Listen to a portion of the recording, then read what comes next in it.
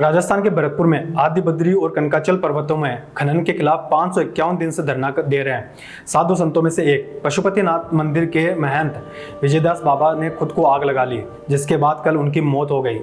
एक आम आदमी जिंदा रहते समाज के हित के लिए आवाज उठाता है तो सरकार उसकी इज्जत नहीं करती, लेकिन जब वह मर जाता है या अपने आप को आग लगा लेता है तो सरकार यह कहती है। संत विजयदास का निधन दुखद है, हमने उन्हें बचाने के हर प्रयास किए। दुख है कि जब सरकार ने मांगों पर सैद्धांतिक सहमति दे दी थी तो उन्हें किन परिस्थितियों में यह दुर्भाग्यपूर्ण कदम उठाना पड़ा।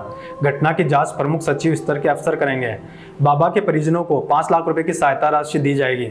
यह शब्द किसी आम आदमी के नहीं बल्कि राजस्थान के मुख्यमंत्री के हैं, जो उन्होंने ट्वीट करते हुए कहा। अब इस ट्वीट पर 2 सवाल है। पहला, यह ऐसी कैसी सैद्धांतिक सहमति है जिस पर जनता और सरकार के बीच कभी नहीं बनती और बड़े स्तर पर गलती जनता की निकाली जाती है, सरकार की नहीं। दूसरा सवाल, जिंदा रहते सहमति क्यों नहीं बनती, तो फिर ये 5 लाख रुपए एक इंसान की कीमत से ज्यादा है क्या।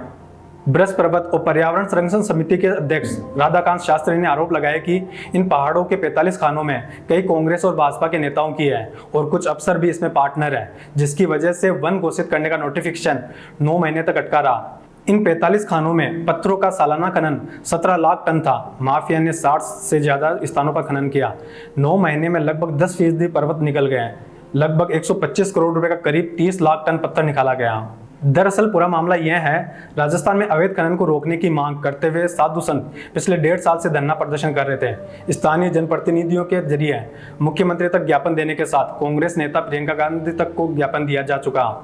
इसके बावजूद भी अवैध खनन बदस्तूर जारी रहा। खनन माफियाओं की दबंगी के आगे साधु संतों का आंदोलन बोना साबित हुआ। इन सब से गुस्सा हुए बाबा नारायण दास 2 दिन पहले मोबाइल टावर पर चढ़ गए। संतों को मनाने के लिए मंत्री विश्वेंद्र सिंह को भरतपुर भेजा गया। पुलिस और प्रशासन के 2 दिन के प्रयासों के बाद 20 जुलाई की दोपहर को बाबा नारायण दास मोबाइल टावर से नीचे उतरे, तो वहीं दूसरी तरफ दूसरे संत विजयदास ने खुद को आग लगा ली। साधु संत इस बात को लेकर गुस्सा थे कि 551 दिन से चल रहे आंदोलन के बावजूद सरकार के कान पर जून तक क्यों नहीं रहेगी, जिसके बाद संतों ने उग्र आंदोलन की चेतावनी दी और अब नतीजा सबके सामने है, बाबा विजयदास की मौत। अब सवाल यह उठ रहा है कि इतने लंबे आंदोलन के बावजूद अशोक गहलोत सरकार ने साधु संतों की मांग पर ध्यान क्यों नहीं दिया और संतों की मांग से ज्यादा ध्यान नेताओं की बाड़ेबंदी पर क्यों थी। बात अवैध खनन की है तो एक रिपोर्ट के अनुसार सबसे अधिक अवैध खनन खान मंत्री प्रमोद जैन भाया के जिले 12 में ही हो रही है और दूसरे नंबर पर यूडीएस मंत्री शांति धारीवाल के कोटा जिले में हो रही है। यह जानकारी राजस्थान सरकार ने विधानसभा में दी। बात ध्यान देने की है तो सरकार ने साधु के आत्मदाह के बाद साधुओं के साथ 3 मुख्य समझौते किए हैं। पहला, कनकाचल और आदि बद्री की 749.44 हेक्टेयर जमीन को वन क्षेत्र घोषित किया जाएगा और इसकी कार्रवाई अगले 15 दिन में होगी। दूसरा, खनन बंद होगा। तीसरा, कनकाचल और आदि बद्री क्षेत्र को देवस्थान, वन और पर्यटन विभाग और धार्मिक स्थल के रूप में विकसित करेंगे।